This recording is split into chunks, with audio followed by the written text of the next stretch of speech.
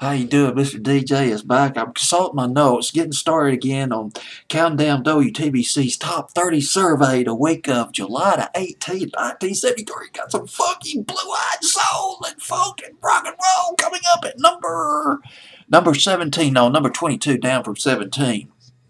This song actually did a lot better on TBC survey than it did on the national charts. This record only got up to number 30 on Billboard's Hot 100, but it was a medium and hot rotation on a lot of radio stations across the land. And I'm talking about the J. Geils band. You got to give it to me. Yes. Peter Wolf on lead vocals from Boston. Started out as a three-man acoustic group. Blues acoustic group. This was back in the 60s. Originally, they called themselves, now get this, they called themselves Snoopy and the Sopwith Camels. Of course, remember, there was a group back in the 60s. Remember Sopwith Camel? Hello, hello, late 66, early 67.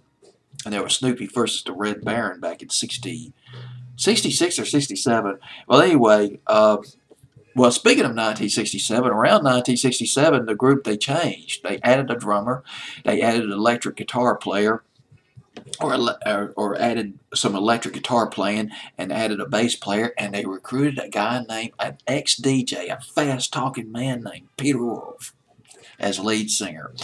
Early 70s, early to mid 70s, they had some moderate sized hits, nothing really big. Some of their hits, Looking for Love, remember that? Yes, that was a catchy record. Guess who did that record originally? The Valentinos.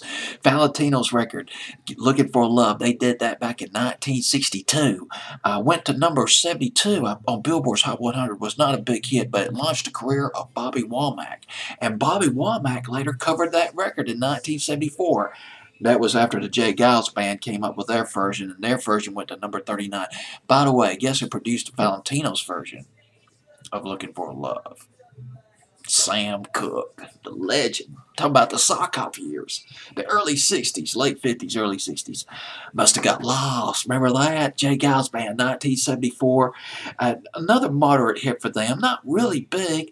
It wasn't until, well, 1980, they came out with the album Love Stinks, and they had, there was a couple of songs, trying to remember, Come Back, that was one record, made it to number 32, and there was Love Stinks that made it to number 38. This was in the winter and spring of 1980, and then they came out with Freeze Frame.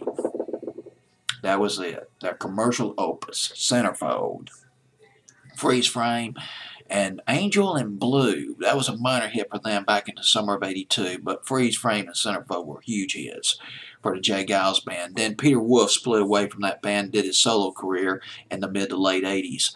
But we're in 1973 right now. Summer of 1973, WTBC's Top 30 survey at number 22. Got to give it to me, the J. Geils band.